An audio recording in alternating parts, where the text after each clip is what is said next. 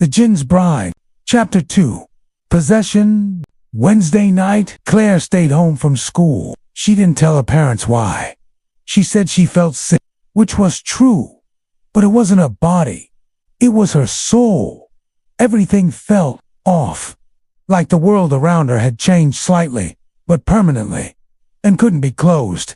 Like a door had opened somewhere. She barely ate. She barely spoke. She kept checking the mirror. It didn't fog that morning, but it watched her. She felt it. She felt a sharp pain behind her eyes. At 3:03 p. It came suddenly, like a needle piercing from the inside. She screamed and dropped her phone. When she looked in the mirror again, her pupils had changed. They weren't round. They were narrow. Vertical. Like a snake's blink. They returned to normal, for now. That evening, Alyssa came over.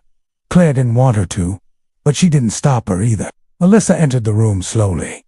She felt it, too. The heaviness, the strange silence. It's stronger in here, Alyssa said. Claire nodded. He's not hiding anymore. Alyssa reached into her bag. She pulled out something wrapped in black cloth. A silver pendant, etched with Arabic writing. What is that? Claire asked. It's a verse, Alyssa whispered. It's supposed to protect you, but only if he hasn't already entered. Claire felt her stomach twist. She held the pendant. It felt hot in her palm. Suddenly, the lamp in the corner shattered. Glass flew across the room. A sharp sound filled the air, like wind screaming through a pipe. But it wasn't wind. It was a voice. Get out! Alyssa screamed and backed toward the door. Claire stood still. She didn't flinch. He wasn't warning Alyssa. He was warning her. Her nose began to bleed. Dark red drops hit the floor. She dropped the pendant. Her hand had burn marks on it. He's inside me, Claire whispered. Alyssa was crying now. This isn't just a haunting. You're possessed. You need help. Claire looked in the mirror. She saw herself, but not really. Her eyes blinked slower than they should. Her reflection smiled, but she wasn't smiling. She touched her stomach. It felt cold. He said I belong to him. Alyssa stepped forward. No, that's what he wants you to believe. You still have a choice. Claire shook her head. I think I already chose. I just didn't know it. The lights began to flicker. From the hallway, they heard Moose barking, then whining, then silence. Claire ran out. She found Moose curled by the stairs, shivering, but not hurt. On the wall beside him, scratched deep into the drywall, were 4 words. She is almost mine. Claire touched the wall. Her fingers trembled. Alyssa pulled her back. We're going to your grandmother's grave. What? She was the one who bound him. That's why he waited.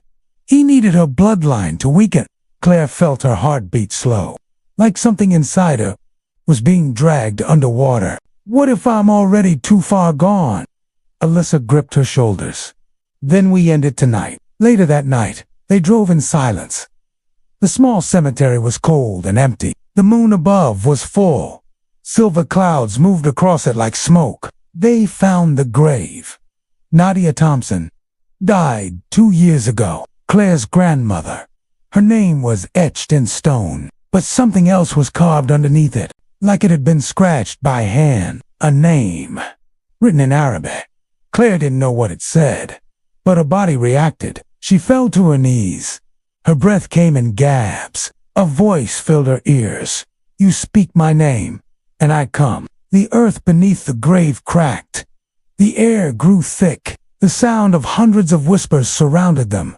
Alyssa shouted something in Arabic. Claire screamed. She couldn't control her body. Her limbs bent back. Her spine arched. The whispering grew louder. One voice spoke above the others. She is mine by blood. She will open the gate. Claire's eyes rolled back. Her mouth opened. A second voice spoke from inside her. I welcome the fire. Alyssa threw the silver pendant onto the grave. It burst into white flame. The whispers stopped. The ground sealed. Claire collapsed. Her breathing slowed. Alyssa held her, crying. Claire's eyes opened. They were her eyes again. Did we stop him? She asked weakly. Alyssa didn't answer. She looked at Claire's hand.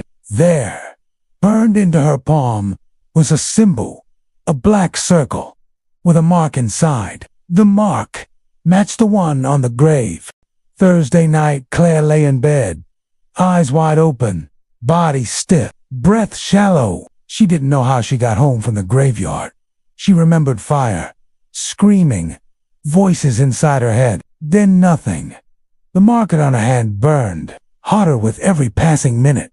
At 2:00 a.m., the silence in her room broke, not with sound, with weight. It pressed down on her chest, invisible, suffocating. She tried to scream, her jaw locked, her arms would move. Her eyes rolled back, a cold whisper slid through her skull. "You opened the gate?" The wall across her room cracked. Not one line, hundreds, like something was clawing to get out. Then came the smell, rotting roses, burnt leather, and blood. Smoke began to seep through the cracks. But it wasn't gray. It was deep, dark red.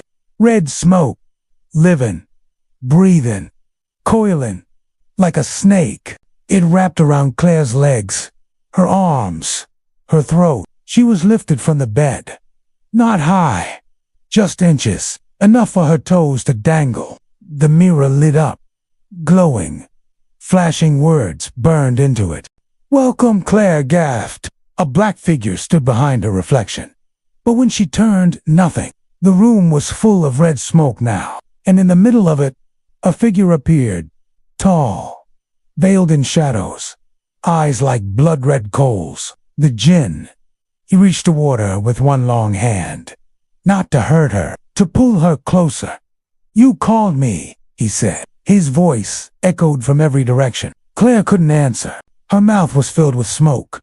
"You spoke my name. You accepted my gift. You opened a gate. And now I enter." Her body twisted. Her spine cracked. Fingers bent backwards. Not breaking, changing. She was still alive. But she wasn't Claire anymore. Inside her mind, she screamed. Outside, her eyes glowed red. She smiled. The Djinn entered her body. Not fully, just enough. Enough to stay. "From downstairs," her mother screamed. Then silence. One by one, the lights in the house exploded. Red smoke flooded the halls. The Djinn was here, and he wasn't leaving.